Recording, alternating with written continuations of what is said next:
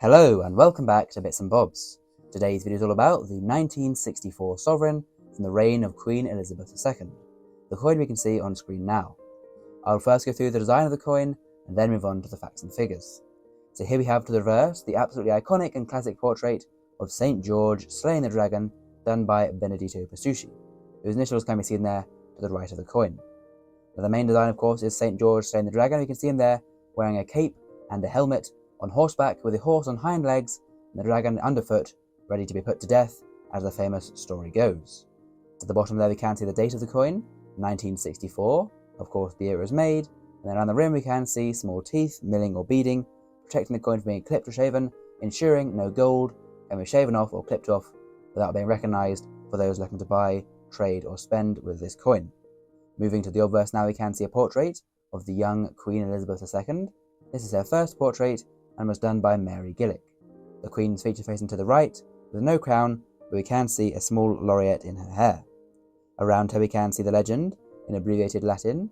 This reads Elizabeth II de Gratia Regina FD, meaning in English, Elizabeth II, by the grace of God, Queen, Defender of the Faith.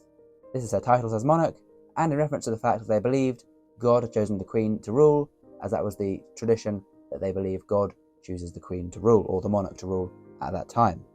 So there's the design, and we'll now move on to the facts and figures of the 1964 sovereign.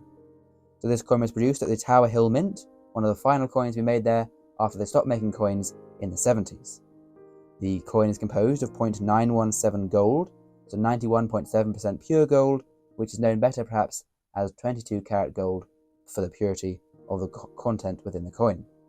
The weight is set by law in 1817 to 7.98 grams, still followed today, and the diameter, again in law, at 22.05 millimeters. So larger the coin than a penny, but a bit smaller than a 10 pence for a modern comparison. The mintage this year is a very nice round number, with exactly 3 million coins, 3 million sovereigns being produced by the Royal Mint in 1964.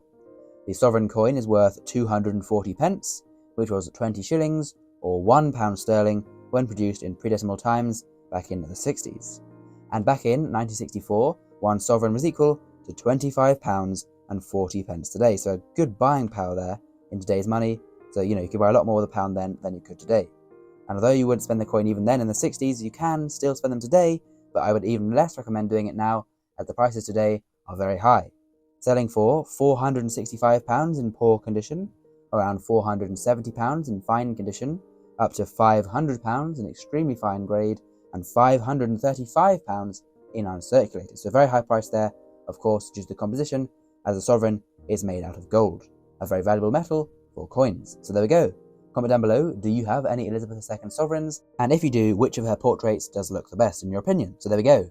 Please subscribe to the channel. Thank you for watching, and we'll see you again soon for some more coins in the future on Bits and Bobs. Bye for now.